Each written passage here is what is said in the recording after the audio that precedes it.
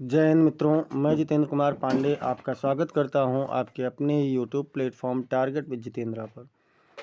मित्रों, इस समय हम लोग भारत की नदी तंत्र को पढ़ रहे हैं, जिसमें हम लोगों ने उत्तर भारत की महत्वपूर्ण नदी तंत्रों को पढ़ा और आज हम लोग दक्षिण भारत का पढ़ने वाले हैं। इससे पहले कल हम लोगों ने मध्य भारत के महत्वपूर्ण नदी तंत्रों के बारे में जानकारी हासिल की थी।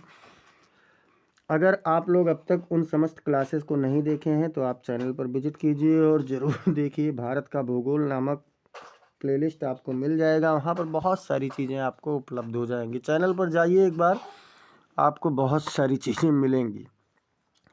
तो चलिए हम लोग शुरुआत करते हैं। उससे पहले अगर आप लोगों ने अब तक चैनल को सब्सक्राइब नहीं किया है तो चैनल को सब्सक्राइब कर लीजिए, बेल आइकन दबा दीजिए। इस क्लास को लाइक करके इसे अपने मित्रों के पास में अधिक से अधिक शेयर भी कर दीजिए।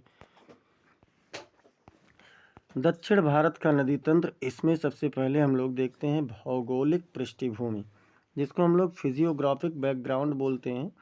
दक्षिण भारत मुख्यतः दक्कन का पठार पर स्थित है। कहाँ पर स्थित है मित्रों? तो दक्कन के पठार पर स्थित है। इस क्षेत्र की नदियाँ निम्नलिखित पर्वत श्रृंखलाओं से निकलती हैं। कौन सी पर्वत श्रृंखलाओं से? या तो पश्चिमी घाट से निकलती हैं, जो कि सबसे महत्वपूर्ण है, या फिर पूर्वी घाट से निकलती हैं, ईस्टर्न घाट जिनको बोलते हैं। पूर्वी घाट में कौन कौन से आते हैं मित्रों? तो इसमें नीलगिरी है, अन्नामलाई है, कार्डमम की पहाड़ियाँ हैं, ये सभी पूर्वी घाट की हैं।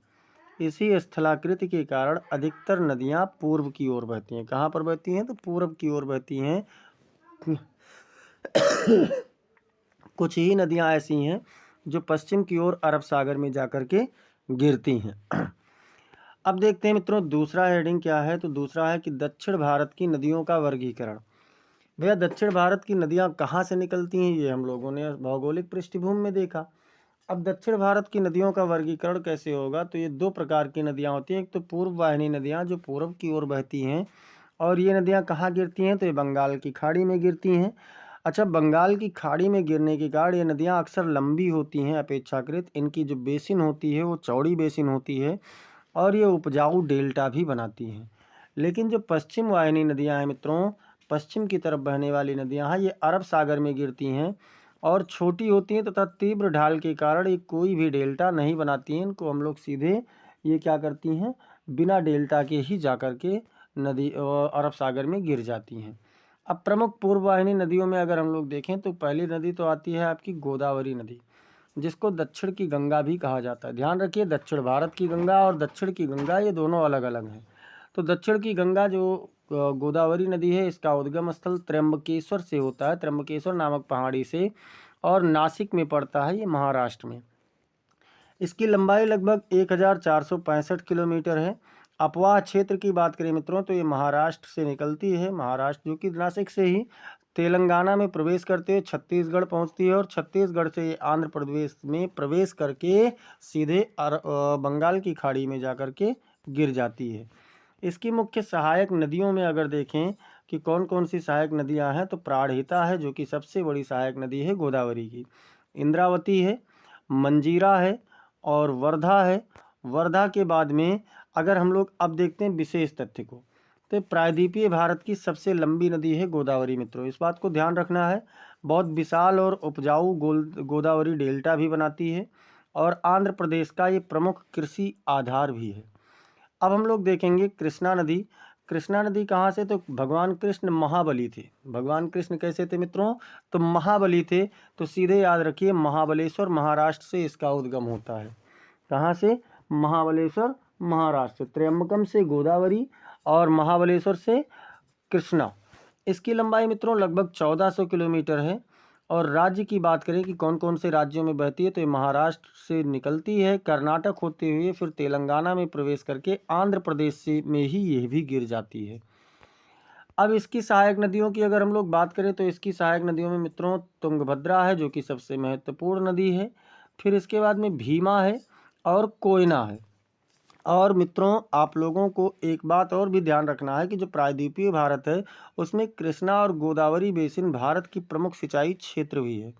अब हम लोग बात करेंगे दक्षिण भारत की गंगा, जिसको कहा जाता है यानी कि कावेरी नदी। तो गंगा है, दक्षिण भारत की गंगा है, दक्षिण भारत की गंगा कही जाती है। गंगा निकलती है ब्रह्मा जी के कमंडल से, ऐसा मान्यता है, और वहाँ से फिर ये आती हैं पृथ्वी पर। तो सीधे कहाँ से, ब्रह्मगिरी से।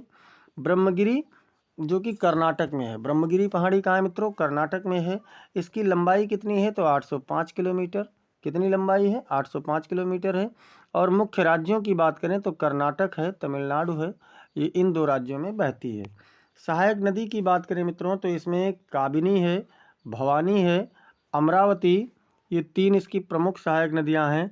और विशेष तथ्य देखें तो दक्षिण भारत का सबसे विकसित डेल्टा बनाती है आपकी कावेरी नदी। इस डेल्टा में धान, गन्ना, कपास और का उत्पादन अच्छा होता है।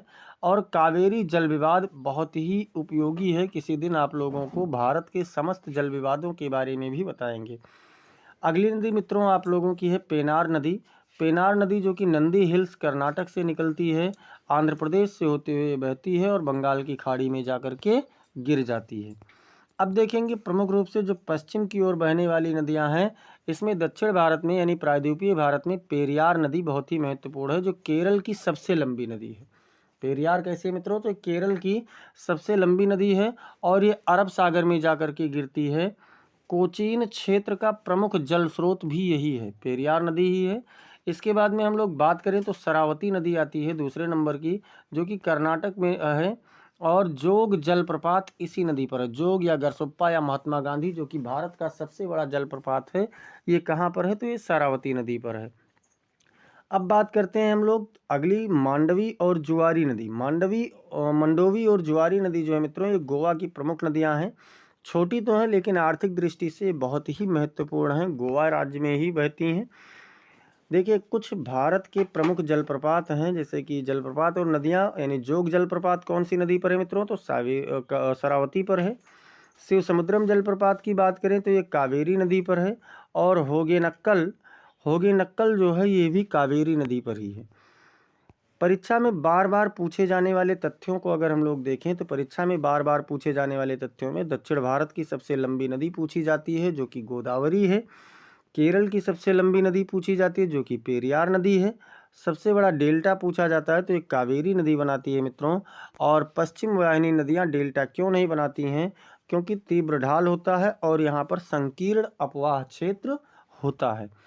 तो ऐसे ही समस्त इम्पोर्टेंट क्लासेस को पाने के लिए आप लोग चैनल को ज़रूर सब्सक्राइब कर लीजिए।